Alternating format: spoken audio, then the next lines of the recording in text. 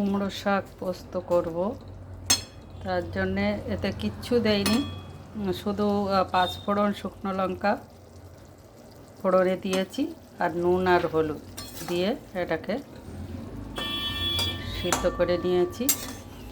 আর বেগুন ভেজে রেখেছিলাম, সেই ভাজা বেগুনগুলো এখন দিয়ে দেব।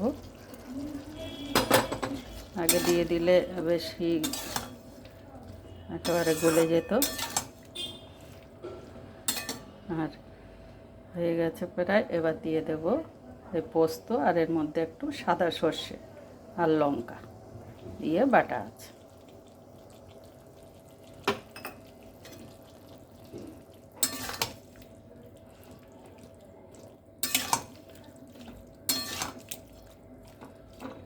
দিয়ে এবার আর একটু হতে দেব,